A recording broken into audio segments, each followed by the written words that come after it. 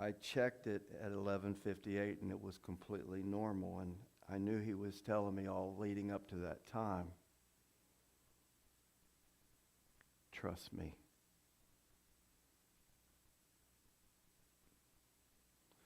Well, a few hours later, it began to climb again. This is how stupid your pastor is. I had actually said to the creator of the universe, God, you've got till noon. Full disclosure. I had the bags packed. I had the phone in my hand. Check it again.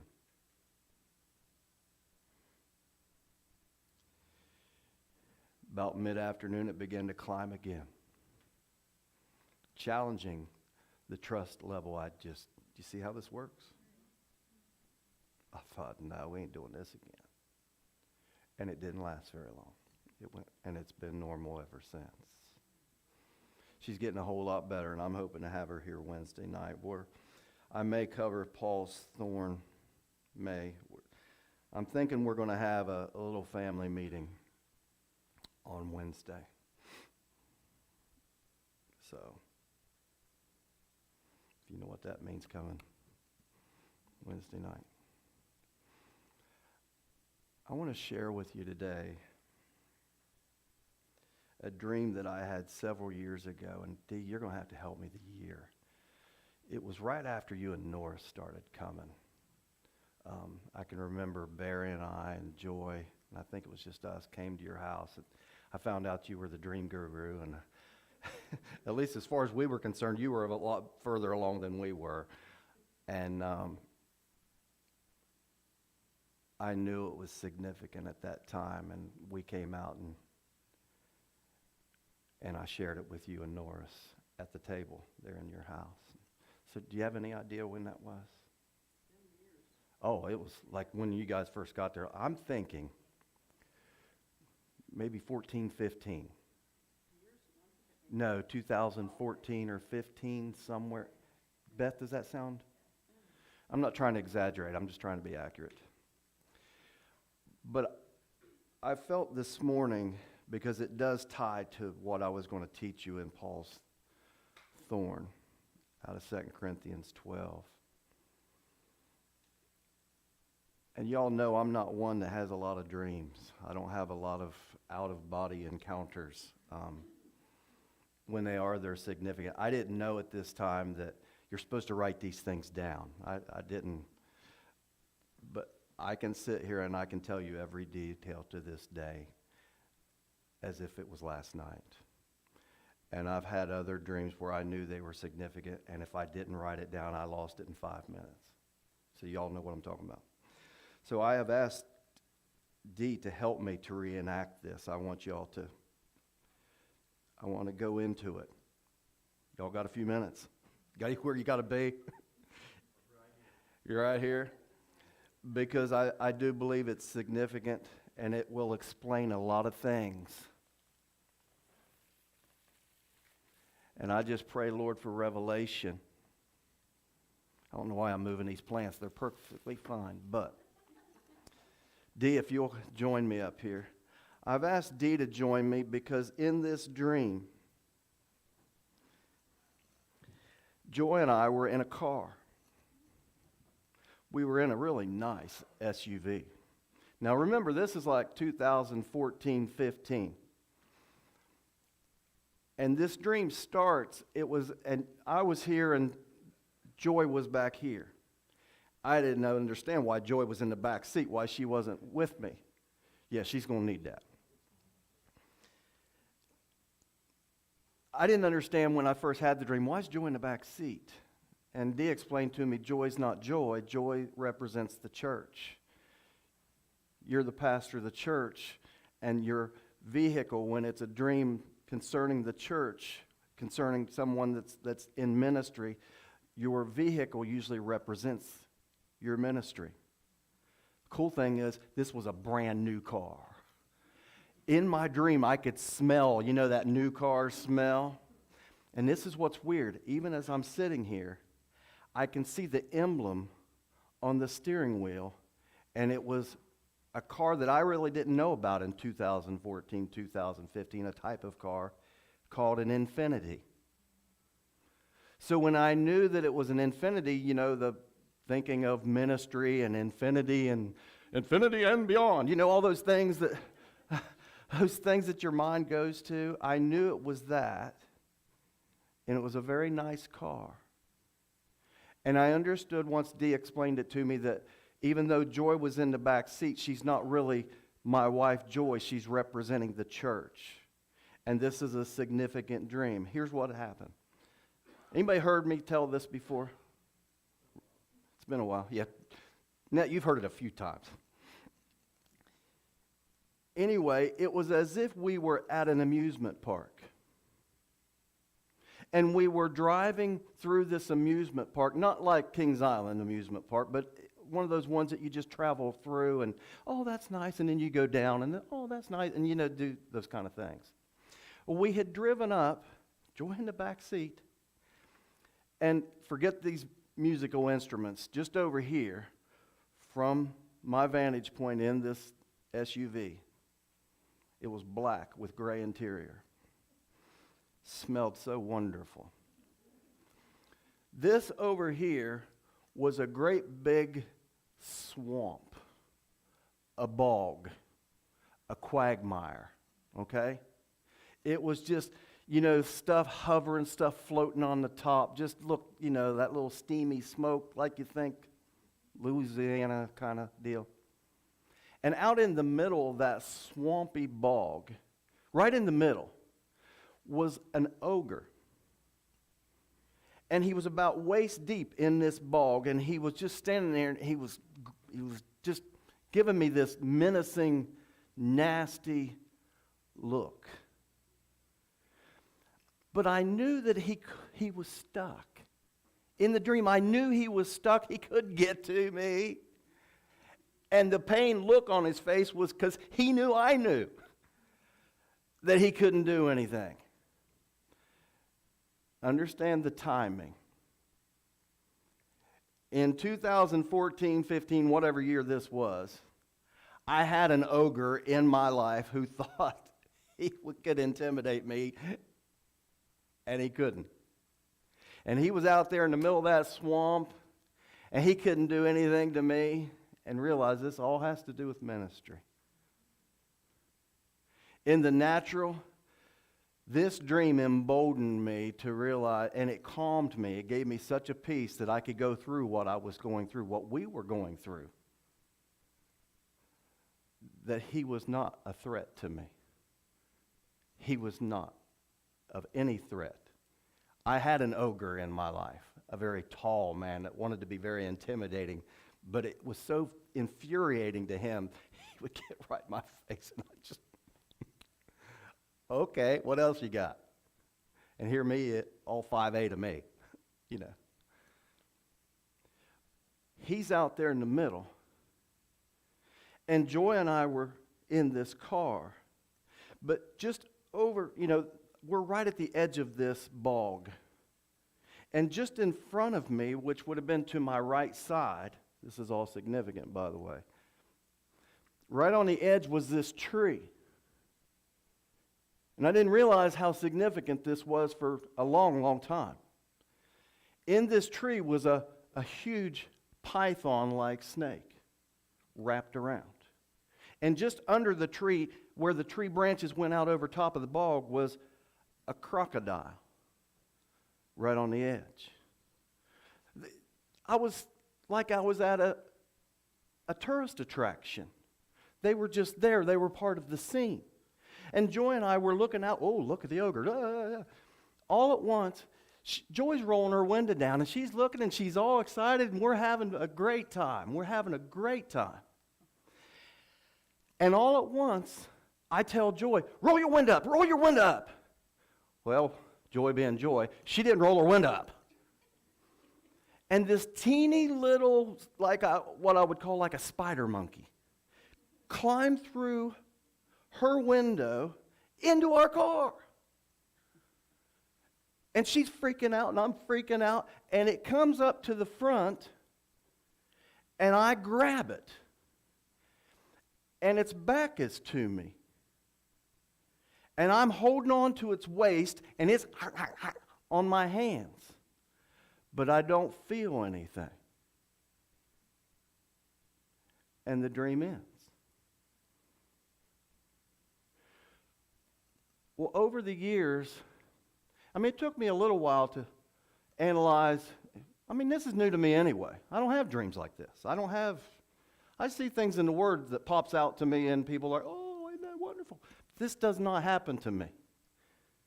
And the level of detail that it was. But it didn't take me, it took me years.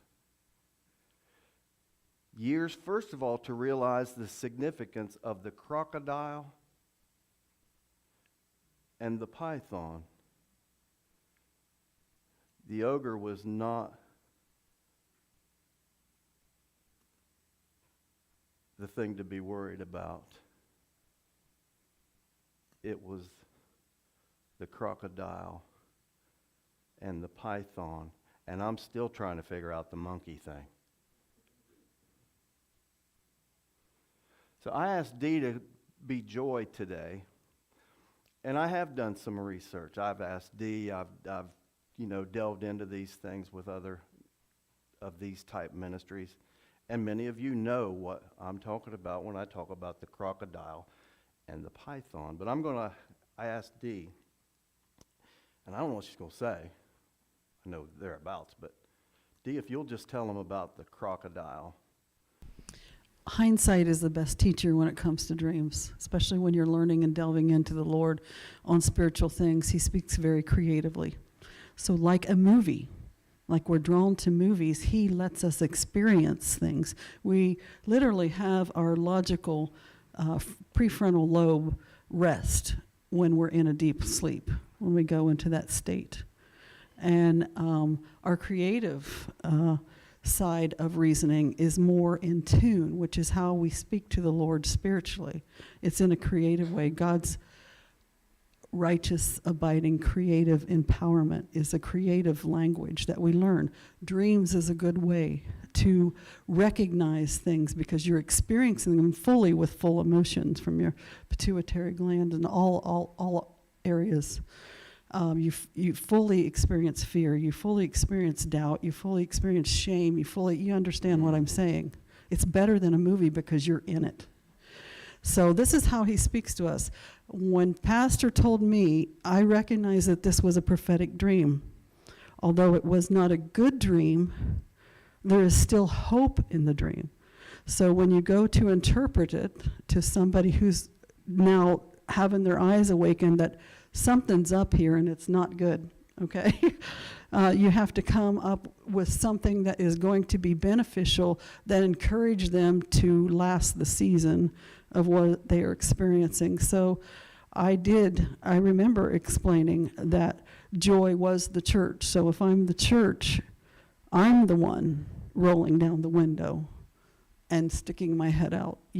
As the church, we're the ones rolling down our window and maybe not being as attentive as we should, but necessarily, in the moment of like, what is happening here? So we are noticing things in this, and the troll, or what did you call it, the ogre? He was like an ogre. Yeah. Was his wordings, was nothing to be alarmed about because he was stuck. All he was show, and thought he was something, but literally he was covered in mud, so really don't be worried about that.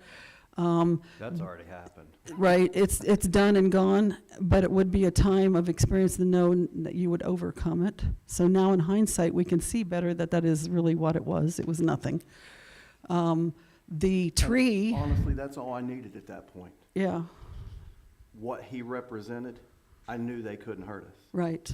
That's really what it was. The tree, in my dreams, and when I tell you to throw away dictionaries of dream dictionaries, throw away dream dictionaries, because what things means to me does not always mean what it means to him or to you or you. Don't pick up a dictionary and think you're going to have all the knowledge of somebody who's done. Symbolism is right. Creative speaking that comes from the Lord is correct because he knows how to speak your language. So in that, Pastor knew that snake wasn't good, especially a big python snake.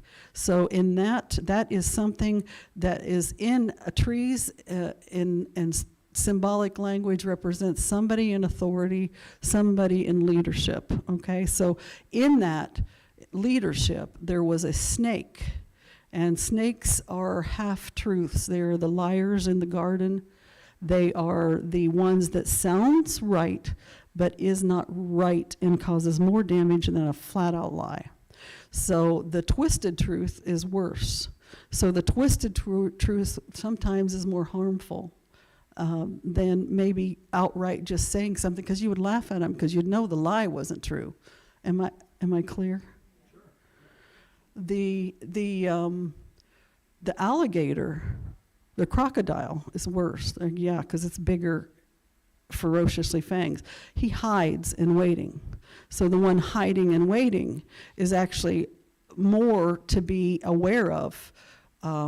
Paul said, "I am." In my dream, I didn't notice him until just Right, because he hides. Yeah, I was. The one that'll catch you by surprise. Yeah, You're I going remember down doing to the river to, who knows what, get a drink or fish or whatever, and there he I was is. just trying to get Joy to roll the window up. So that is the one to become more aware of. He's the one with the, not only just with the big sharp jaws and teeth that can actually, latch a hold and not let loose, but he has a long tail to strengthen himself to pull you down carry you down. Right. But thankfully, you knew enough to be warned, because Paul's words is, we are not unaware of Satan's schemes, right? So that's Holy Spirit speaking to him very creatively. Listen, there is something amiss. You have noticed it. This is your discernment in action. These things, forget the troll. It's not about the guy. It is about the hidden, the snake, the half-truth. And to be able to overcome that. The monkey, in my opinion now, in hindsight, I don't remember the monkey part, honestly, when you first told me. But now in hindsight, that you have shared it again, I would see that as frustration, as something little that comes. It's the frustrating points that really get you, that try to gnaw at you. It's the little foxes that take you astray. It's the little things that come at you and get you. So, but in all that, the hope of the whole thing is that he's in a brand new car with brand new hope. And to hold on to that, because that is the direction, and the car and the church is still behind him, even though as the church we may not be fully aware, he was aware that something was amiss, and we're going to correct it. So that's... Can you go into, a lot of people are aware of terminology as far as Leviathan, and, we name demonic whatever things, and people have some understanding, but that's really what we're talking about here, is twisting. Right. You alluded to it, truth, but twisted makes it a lie. Right. Twisted truth is worse than a flat-out lie, in my opinion, because it sounds like truth. But you have to, within yourself, recognize where the falsehood is. And part of that is being honest with yourself. Part of that is facing it, because if you refuse to face it and just act like you're just, this is just an average everyday thing and this, we shouldn't be aware of this. No, part of it is facing it and having to come to grips with it and realizing what is truth and what is not truth. And we go back to Pilate and Jesus. Well, what is truth? So that is where the Lord is trying to get Pastor to say, what is truth in this scenario? Well, the truth is he's going to be okay. The truth is he can grab that monkey and it really isn't going to hurt even if it bites him. Wonder why it wasn't facing me. The monkey? Oh, I know now. Okay, why? Well, I can't tell you why. I'll tell you Wednesday why. All right. Let me process Commercial. it. Yeah, I'm not. Yeah, I'm not that good. But yeah, I may have to run this through you. Okay. You got anything else? I'm good Keep for flowing, now. honey. Really. I would like to testify. Can I take a moment to Yeah. testify? You know that I have shared my hard times with you, with my son Michael, and Norris and I love him, but we had some difficulties. Have you ever been there? I'd like to testify that we're doing good. Yay. So We're- we keep him. So, So yeah. we like him again. So, wasn't like that, okay, yes. I want to testify that my son is writing a dream. From a dream, he is writing a book, my other son. Not Michael that passed, my firstborn son. And he is giving me a new image, and he had a dream, and in his dream, we are flowing now. Huh. And he's believing and in revelation form coming to where how crazy mama thinks. And Vindication. it has been really good. And so in this aspect, I'd like to share something in this. So he has given me a tool. He started sharing that, Mom, you have a kaleidoscope.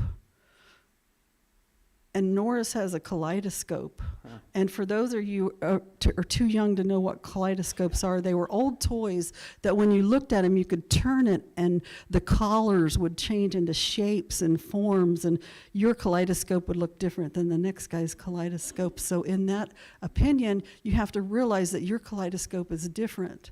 So the way that I was communicating necessarily wasn't the way that he needed to be communicated to, and vice versa. So with kaleidoscopes, I'm learning to appreciate his okay, you're going to laugh, Michael, his non-communicative ways. You know how men don't communicate as well as women like to communicate sometimes. Not so. Really? Guilty. Yeah. Guilty. Yeah. So I'm learning to experience the love and the kaleidoscope without words. And it has been very, very good for me to learn without words, just to be at peace. I'm learning to sit and say, I would like if my husband, in quiet, not saying anything. Now, to mind you, this is testimony here. Not saying anything, but just desiring what I would like for in a husband. And I'm finding in those quiet moments, without asking him, without begging him, without saying what needs to be done, guess what? In those quiet times, and he can see the love in my eyes, just experiencing the love in the room, he's actually doing them. He's actually moving into that atmosphere to where he's experiencing without words. Now, I'm having to do it without words because he's not a very good communicator, all right? So this is a new experience for me. I've taken a new kaleidoscope, and that has come from a testimony of my son having a dream, and I'm not going to go into his dream because we'd be here all day.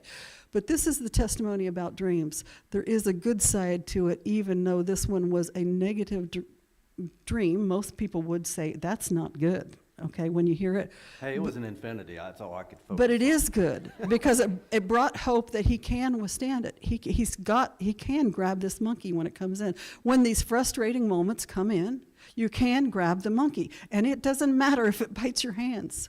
You're going to be I okay. didn't feel it, You're going to be okay. but I woke up. Yeah. So in this new perspective and this new way of learning, God speaks in love language. He always has. He always will. He always knows what will get your heart and what will take you to places and what will wake you up and what will keep you from sleeping. You understand what I'm saying? So awakening, I'm talking about spiritual form. The thing is, I'm hearing is you had that monkey. Right. She said, I'm going to tell him what you said, just in case the guy in Zimbabwe didn't hear you. She said, what she's hearing is, I had that monkey. I had him under control. And it's like I had him. And it couldn't, and I did not feel, I knew he was, I mean, really, I can even hear it. He was doing that, Just like Paul. but I didn't feel it. Snake bit him. Right. Doesn't matter. But when I take all these things in, these so many years later, and as this has played out, I mean, I'm real transparent. The ogre was nothing. I knew it was nothing way back then, and we got through it. Now, I knew what he was, I knew who he was, I knew what he represented. But the rest of it has had to play out over these years. So I think that's why I really had not planned on telling this today until this morning. And it all came together. Hopefully it makes sense. Come Wednesday night and we'll talk about it some more. I submit it to you. We can look at it some more. Can you be here Wednesday? Sure. Don't leave me hanging out here. It's really interesting. The only thing that would keep me from being here on Wednesday is a little tiny man called Cashton. Yeah. He Right. would be the only thing. Right. So, yes, I plan to be here. And if it comes to that, you go do that. Yeah. I'm not gonna, No, I won't hold it against you. And I'm believing that Joy can come. But if she can't, she's got a short amount of energy span, I guess. I don't know how to say that, but she can go in a burst and then she's done. But I'm thinking if I get her in here, maybe she could just hang in. I'm trying to stretch her, so. Welcome to a weird church. Yeah. Do you want to open this up? Do you have somewhere you're going right now? No, I have nothing. Does anyone want to share a dream?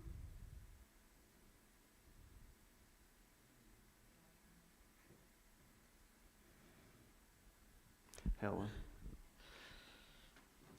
Barry will run it back here. Even though I've been sitting this whole time, I'm exhausted now. You don't think this was just a ploy so you could sit while you speak? What was that? I'm sorry, what? I say, it surely wasn't a ploy just so you could sit while you speak today. Yeah. I saw Charles Stanley used to do that in his later years. He would sit. He said you were going to run back, so. I Runs wanted to- relative. Yeah, he didn't run, did I don't have a dream, but I had a vision, I guess, while we were singing the last song or the next to last song. I seen lights come over the world, spiritual lights. Oh, can you hear me? I'm like Tina. So I seen spiritual lights coming over the world, and it wasn't on this side. This side was dark, so I'm thinking this is the east side. But in Europe, I seen the lights come on, spiritual lights. People are coming. They're going to be saved. Awesome. There's something else in here. Now that you've opened up, there's something else in here.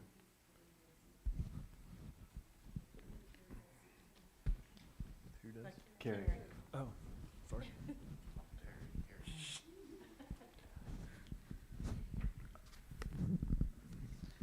Mine was just about yours, and it was the monkey. I think the monkey matters as much as the ogre. I think it's a distraction. At least that's what I was getting personally. I mean, you got to run it through whatever God's saying to you, but that it was a distraction. It doesn't hurt, but it's like the waves. It's trying to keep your eyes on the monkey rather than what you're really passing, the real She's right on. dangers. And the significance of that is that the monkey was prevalent throughout the whole thing. And it was the focal point for me. Get the monkey out of here. But the monkey was really doing the bidding of the snake and the crocodile. Now, you're doing my Wednesday night if you just... Sorry. I'm teasing. That's good. I kind of tie that into what's going on today. I just think the monkey will be immediate. See, I've been thinking that over these years. I've seen how it was not just me, this church. It's the same spirit. See, we wrestle not with flesh and blood. It's the same spirit that is prevalent throughout the world, and they are doing that spirit's bidding. And that's the thing about prophetic dreams. They come in two scenarios. Prophetic dreams are for the personal dreamer. Prophetic dreams are for the personal dreamer, but they are also a corporate explanation. She's talking on a personal level, you're talking on a corporate level. There are two interpretations. So on the corporate level, you're right on, Michael. At least two. Yeah. Yeah. Lots of layers in dreams. Safe's got something. Sorry, Barry. Surely we could get a young kid Hey. to do this, yeah. Trying to give him a break. Carrie definitely is right on that about the monkey, because as you were sharing that dream, what stood out to me out of all the dream was Joy, who represented the church as a whole, but also as this body, didn't listen to the pastor. And as a result, it didn't listen to the word coming through the pastor, and as a result, it brought frustration to the pastor, which even though it didn't hurt him, it distracted him and prevented him from keeping his eyes on the pre-laid road before him. And then immediately, you must catch the troubling foxes, those sly little foxes that hinder our relationship, for they raid our budding vineyard of love to ruin what I've planted within you. Will you catch them and remove them from me? We will do it together. See, we can't go past our pastor. He's not better than any of us, but he is the point man on this journey with the Lord. If he gets stopped, we get stopped, because our destinies are tied together. And what we do matters in our everyday life, because when we sometimes roll windows down and let things in that he then has to deal with. Joy wasn't dealing with it, but it was affecting Joy, the church, because he was distracted and wasn't able to pay attention to what was laid out before him. Good Lord. So roll the window up. Good Lord. That's the word of the day. Roll the window up. I'm asking that question. How are we rolling the window up now? We just had Mama Key come in. So let me ask the question, how can you roll up the window? I'm rolling up the window because I took that word personally for me. I'm rolling up the window on me and Norris not being I don't distracted. think they heard the Mama T part. Yeah. Because you didn't have the mic yet. So Mama she's T came in alluding with to. a word, Yeah. and her word was basically Quit talking. stop the gossiping, stop the talking, stop the frustrating half-truth stuff, you know. Basically, that wasn't her words, that's mine. You can go back and read it. We have it printed out. But now, how do we roll up the window as a church? How are we rolling up the window? Mhm. Okay. Whenever someone says, I had a dream, I think of Martin Luther King. I have a dream today. Okay, so this was just one night, but I've had a series of like 3 or 4 nights in a row where I was waking up same time, about 12:30 every night, and I was getting these dreams. Well, I apologize. It wasn't a dream. It was a vision. I was wide awake, but my eyes were closed. So it started, I seen pure gold drops falling. So I reached out my hand and asked to be filled overflowing. Good job. I know where pure gold drops come from, and no matter what it is, I want some of it. That's not greed, that's fear of God, meaning awe and the love of God. So, sorry, this was, some of you may have already heard this because I posted it, actually. How Because long ago was this? this was on 2/22. Of course I'd ask that, wouldn't I? Yeah. Okay. Yeah. So I heard alcohol enrichment class. And so when I was thinking that, I thought old wine, new wine. Then I see a clear cake pan of dirty water overflowing, spilling out over the sides. So I feel like he is removing the old and he's getting ready to pour in new, just as I had asked him to. And then I hear the Lord say, I am doing a new thing. Spring forth, you holy nation. Arise and come away with me. I then see a white door that was shut is now opening, not wide open, but slightly ajar, and you can see the light coming from inside that door. He opened it a little bit for us to come away with him. Now, I don't know about you, but what I do know is that what God has for me, he has for me, and what God opens, no man, no devil, no demon can shut. So then I hear the Lord say, those who stand with me, I will not part from them. And so I was asking who I was talking to, because when I have these visions, I'm awake and I'm looking into the eye of someone. So I'm asking who I'm talking to, and I get a memory of a dream that I've had months ago, and it was of the Lord, and I was helping an old man come down a grand stairwell, and he told me I didn't need anyone to assist me, that I was enough to help him come down, but to steady him with his hand behind his back. And it was his left hand. The mysterious signs and wonders are held in his left hand. So all of a sudden, my thinking is interrupted by seeing an instant image, full face, of a girl, and it's not in color, it's black, white, and blue. And as her whole face appears, I see a tear fall from her right eye. It kind of startled me at first because it was so instantaneous. And I asked who that was, and I drifted off to sleep. So this last image, I think, goes hand in hand with the knowing that this journey is painful. The transition from season to season or situation to situation is hard. So as I woke up, I'm reading. As I woke up this morning to someone who had a similar dream, it went right along with the last few days of mine. And in yesterday's, I was told by the Lord to make sure I wear a shirt in the rain. I didn't realize till this man started speaking on his dream that this was part of what was being imparted to me the day before. The man said in his dream that the Lord told him to guard his heart. And when he said that, the memory that the Lord brought back to me was the shirt in the rain. He was telling me to guard my heart. So only this interpretation I had to pick up in hindsight as an afterthought and not just a knowing within the vision. God was telling me to guard my heart during the rainy seasons, put on the armor of God, to put on a shirt.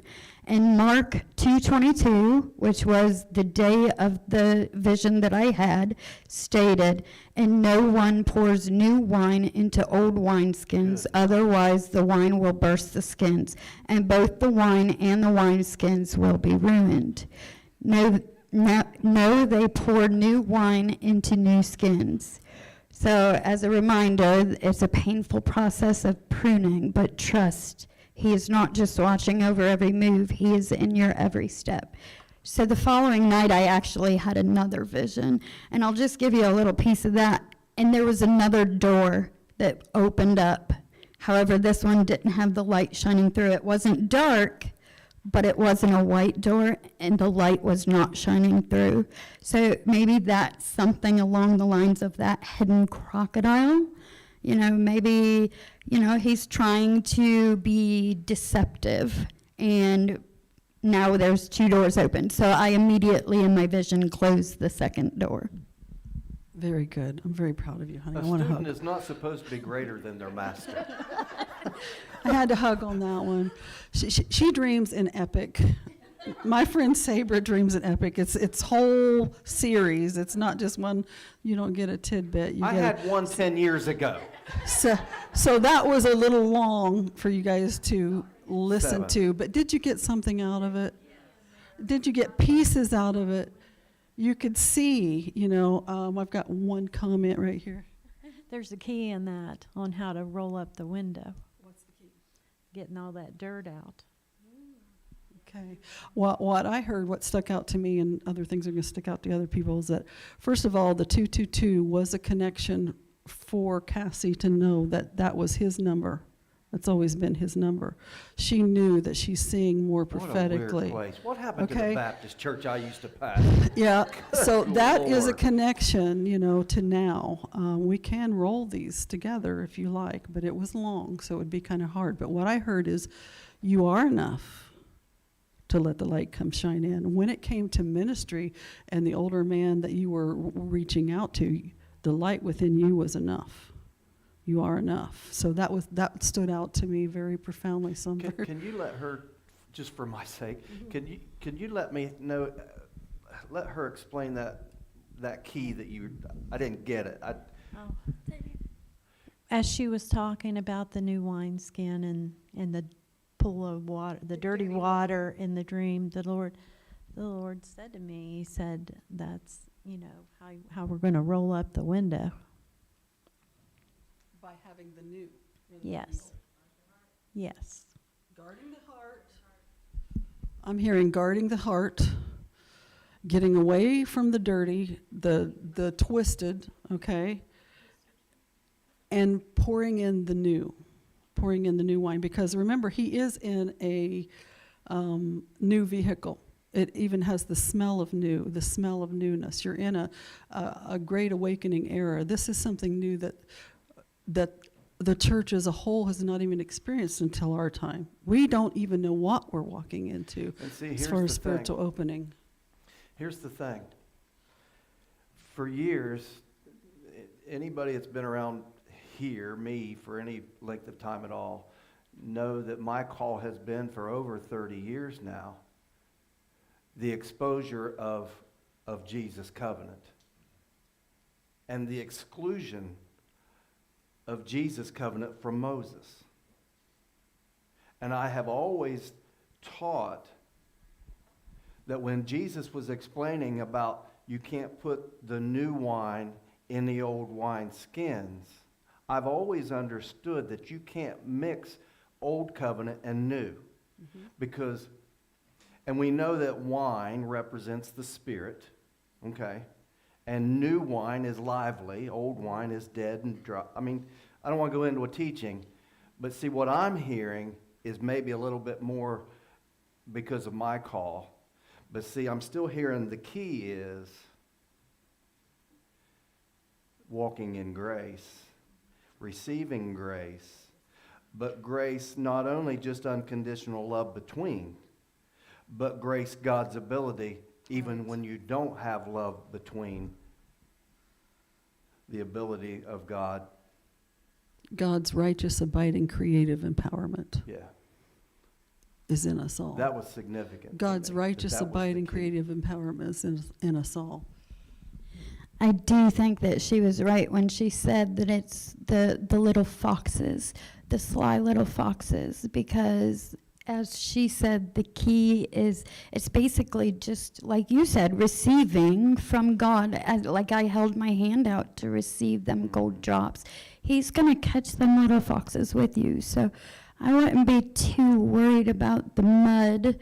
Just be open to receiving from him. And like you always tell us, he will do it with you. He will help If you you. just keep walking. Yeah.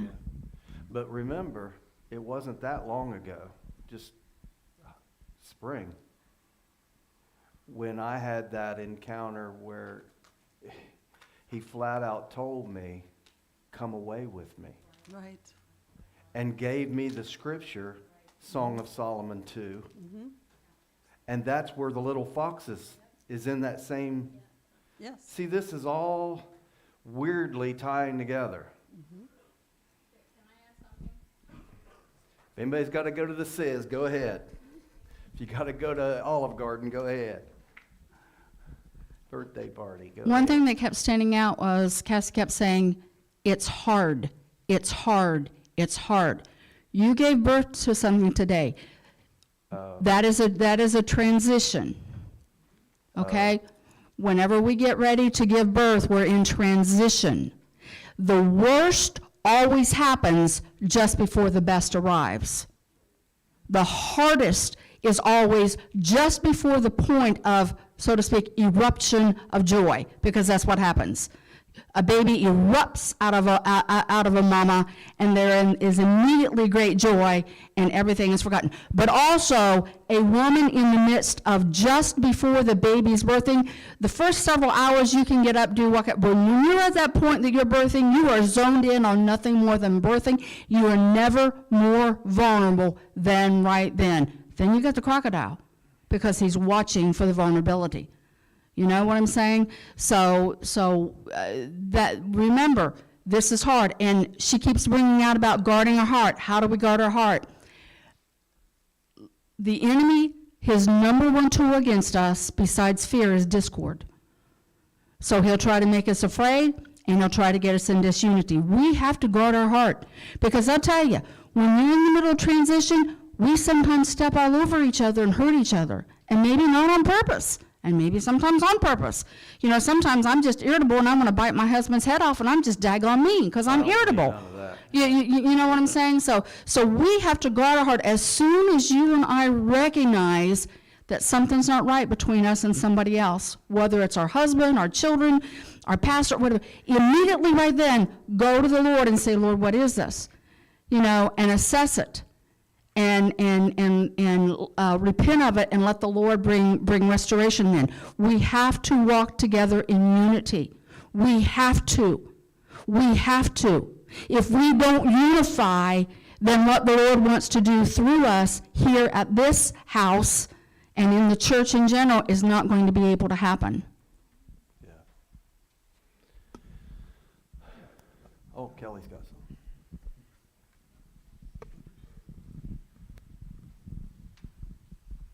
Barry, don't let me forget you. 'Cause And this I would has have to to do with listen. the monkey. Oh. This is the scripture I got. Got my full But it's for attention. us. It's for us. Hebrews 13:17. I'll read it out of the Amplified. Obey your spiritual leaders and submit to them, recognizing their authority over you. For they are keeping watch over your souls and continually guarding your spiritual welfare as those who will give an account of their stewardship of you. Let them do this with joy and not with grief and groans, for this would be of no benefit to you.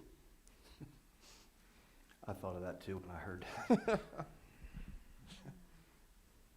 You know, it's so much better for me not to say these things than, I mean, really. Honestly, if you open it up, you trust the Holy Spirit enough in your people. See, You know, this is the beauty of the Holy Spirit. He keeps telling you you're the church.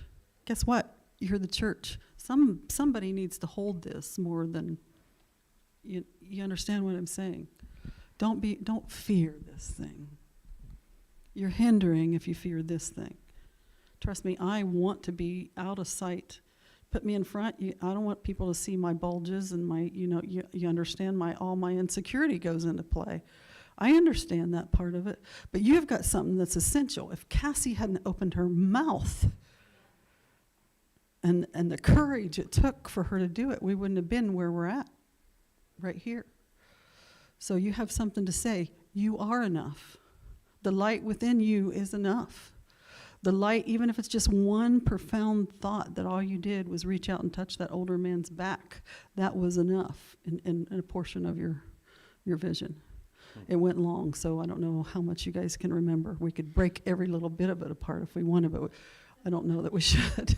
probably not today, but it would be worth examining. So who I else? would be interested to hear it. Who else has something?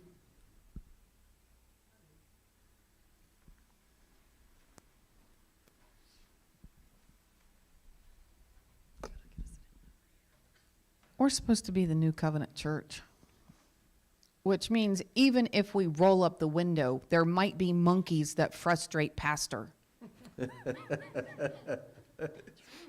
Because we are humans, we are people, and he is encouraging us to use our gifts, which means we are practicing and we will fail. But we will also learn and do better, because it's a safe place to be in the car, his new Infiniti that is black with gray interior. And it smelled so nice. Yes. Yeah. So this is a quote from And I'm going to get one. Somebody's going to give me one. I'm not going to buy. I wouldn't pay that money. No way. Well, we'll believe for that, Pastor. Yeah, I've been believing that for 14 or 7 years now, anyway. Back in 1910, Theodore Roosevelt gave a speech, I think it was in France, and he says this: "It is not the critic who counts, not the man who points out how the strong man stumbles or where the doer of deeds could have done better.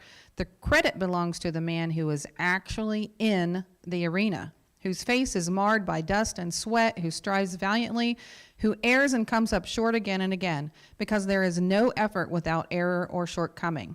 But who knows the great enthusiasms, the great devotions, who spends himself in a worthy cause, who, at the best, knows, in the end, the triumph of high achievement, and who, at the worst, if he fails, at least he fails while daring greatly, so that his place shall never be with those cold and timid souls who knew their victory nor defeat."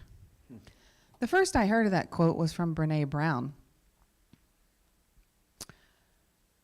Social sciences, social worker, PhD, helps you improve yourself. But basically, take a chance. She's talking about taking a chance emotionally. You know, put yourself out there. You're going to get hurt. I guarantee that.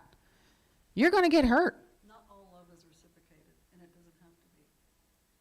But there are so many benefits of trying and loving people. And that's what it's about. A New Covenant Church is all about loving people, being your part in this body. So this reminds me, y'all prayed for me about 2 weeks ago, and I appreciate that.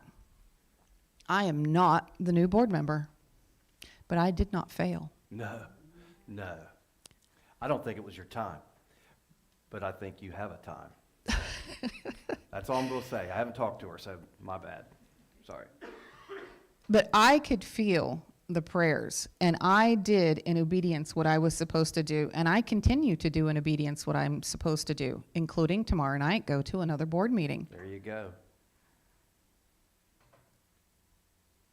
Do what Holy Spirit presses you to do. He will give you the grace. That's what grace is. He meets you at your point of decision. He will give you the strength, the power, and bring alongside the people that you need in this physical world to help you accomplish what he needs the kingdom to be on this earth. Dare greatly. Take a chance. Do what Holy Spirit tells you to do. Be who you are. Use your God-given gifts. Negate those negative words spoken over you as a child or even as an adult, or that you even tell to yourself. You are fearfully and wonderfully made, and we need each and every one of you. This is a New Covenant church. This is church not as normal, and yes, we might appear weird, but this is what church should be. It is what church should be. I appreciate you, Pastor, and thank you for taking this service in a little bit different direction and allow your people to be the church. I think we can just continue it Wednesday as we all process. We'll just go ahead and take off from this point on Wednesday, okay? Because I think there's more that can come out as we process things. Thanks, everybody, for helping. And, you know, it was not a struggle. I've learned, we've done this so many times, you know, over the years. It doesn't happen every week or every month. But when I sensed the Lord taking me in a new direction that I hadn't planned, it is so freeing to be able to just take a chance. Because what they're imploring you to do, that's the kind of church that God has always envisioned with me, is take a chance. You're free to fail. You're free to fail. I just don't want you to not try. That's what I've always told you. So I'm going to go down here and let Barry take off, and we'll see what happens. I don't know if Mary Beth said this, and I've just now hearing it or what, but while she was talking, what I kept hearing was, you know, you're not responsible for anything but to do what you feel you're supposed to do. Yeah. And you probably said that in so many words anyway, but you're not responsible for the results. You know, you're responsible to just do what you feel like you need to do. And hopefully we're with it enough to not let the pressure pile on, you know, that we have to we've got to have the results that we think maybe we need. Just do what you're supposed to do.